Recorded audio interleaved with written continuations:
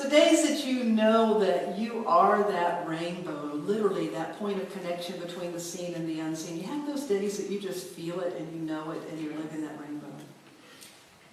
And then, honestly, do you have those days where you couldn't get much further down in the dumps?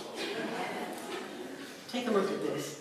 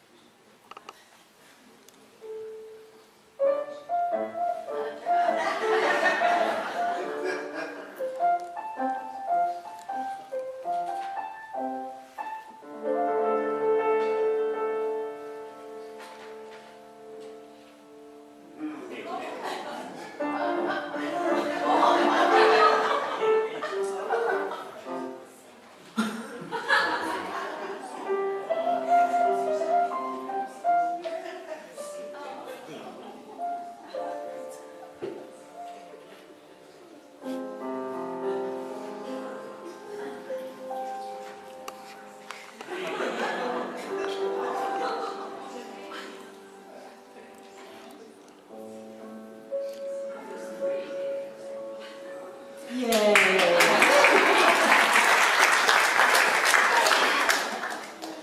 Perfect. I know you couldn't see, but you did a great job.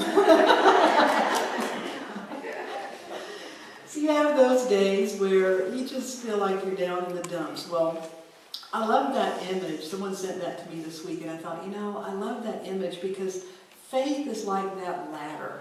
It shows up, that is actually always there, but sometimes it just takes a while to find it and to get our footing and to find those steps that allows us to get out of that place that we've somehow fallen into. So next time we found ourselves down in the dumps, I hope we can remember that particular one. In 1975, there was a 5-word phrase that became a huge hit. It was an ad campaign, a slogan that launched its company to become a world-changing enterprise. 5 words: don't leave home without it. You all know it. Do you remember the company? American Express. How many of you remember the slogan? Keep your hands up. Now, if you could not remember the company, put your hand down. Yeah, that's usually the way it goes. But we all remember that. Don't leave home without it. And it became a huge hit because it's a great idea. Don't leave home without it. The thought of carrying something with you that could help you if you found yourself in a jam, that was very, very comforting. So don't leave home without it. Well, there's something else that we carry with us all the time. And it's not just a good idea, it's an original God idea. It is the idea of God in you. And we carry that with us all the time. We can never be without it. And so the idea of don't leave home without it, to me, applies to us for us to remember that. Because have you ever forgot to remember that? And then showed up during the day under the influence of a case of mistaken identity? Oh, excuse me for showing up as a witch or a jerk or somebody who's totally wrapped up in fear or whatever. I forgot. So I've decided that I want us to market something. Would you give me that slide, Zach?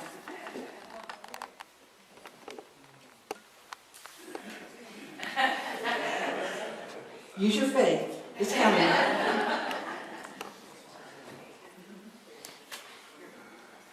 Use your imagination and your faith.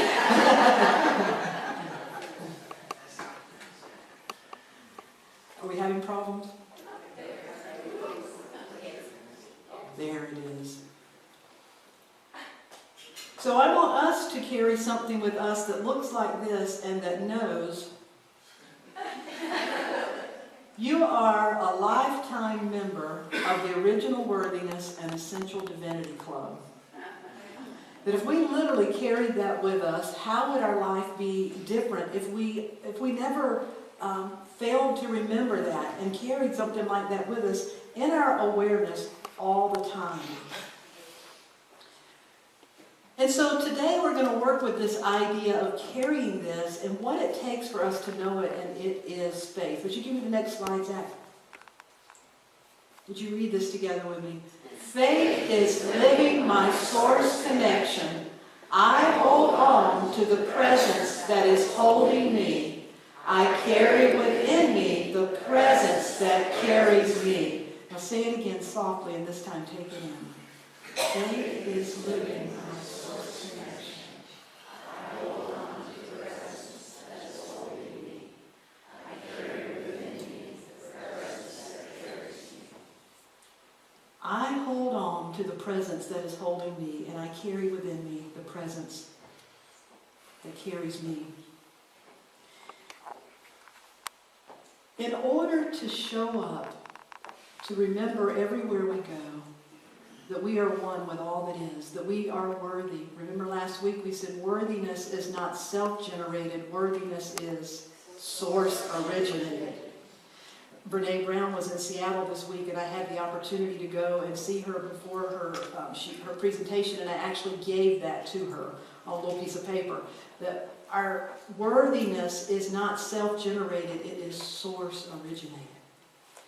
And really, that's the good news, that we're all here to find our way into and to live from that place. But how do we do it?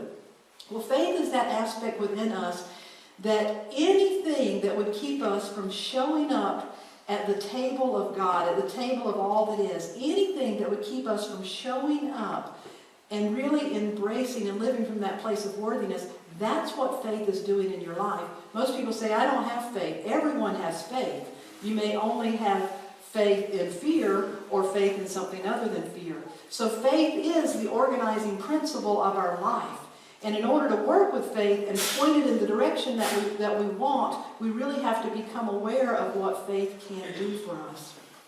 In the early 1960s, during the Vietnam War, the Paris negotiations were getting ready to take place. You know, the Vietnam War had already been underway, and they were gathering all the key leaders into negotiations in Paris, so that they could begin to talk about how to bring this ridiculous war to an end.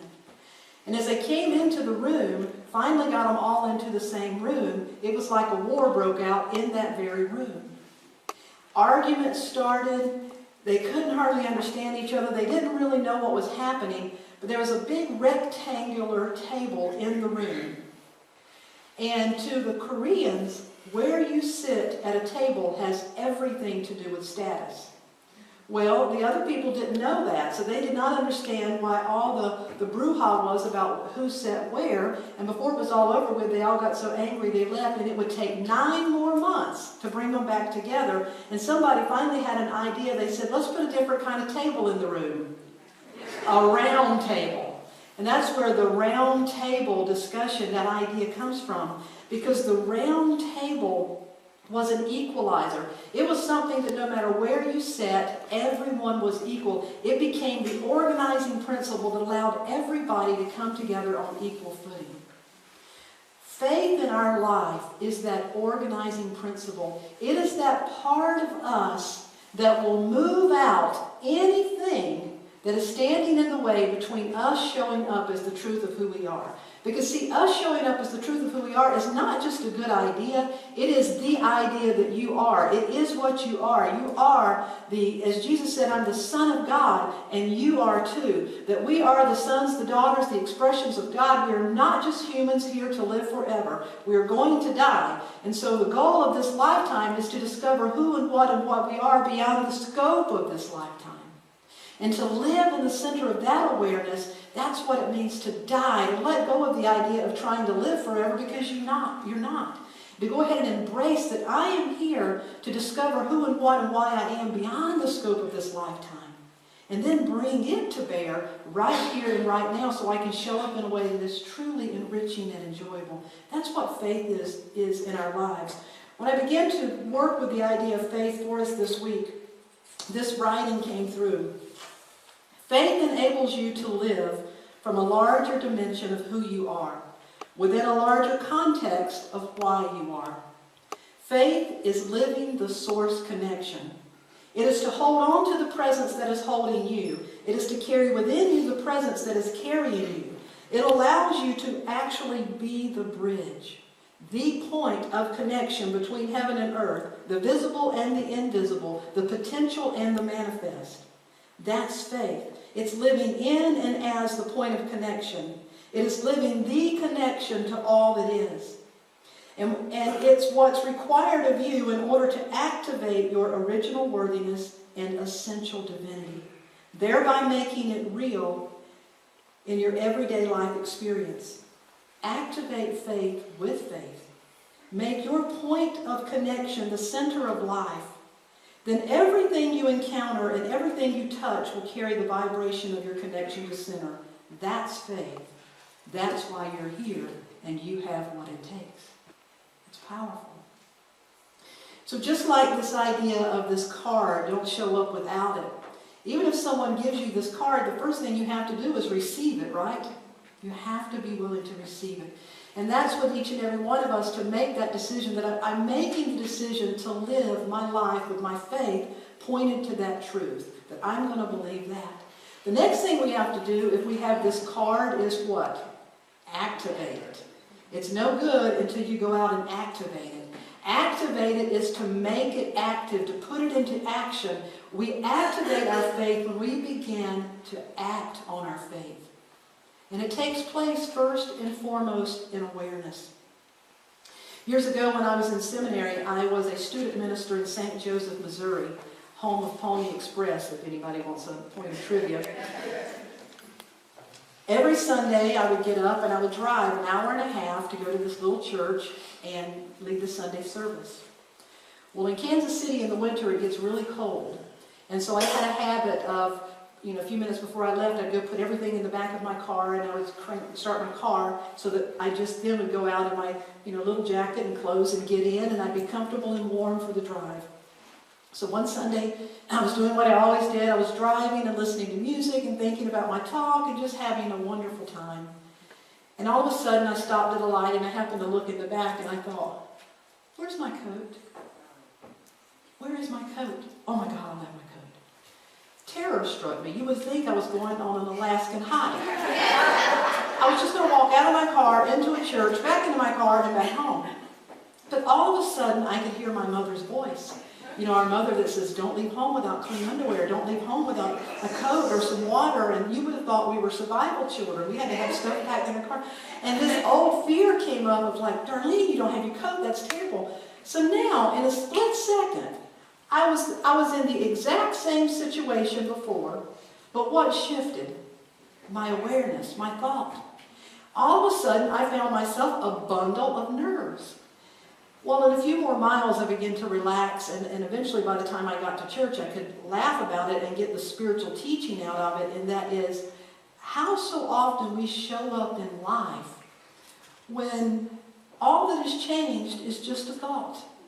And if we could find our way back to the original thought that says all is well, no matter what happens, no matter when it looks like your life is going to hell, all is well on one level of your being.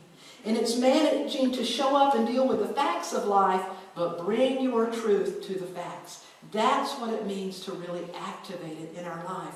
And so the next point, how we begin to do this is you come to discover what you're holding inside or holding on to. Just like the idea that if I did not have my coat, I could not be safe. Well, I was fine that day. I didn't really need it. But how often do we hold on to ideas and to things that they then begin to hold us back?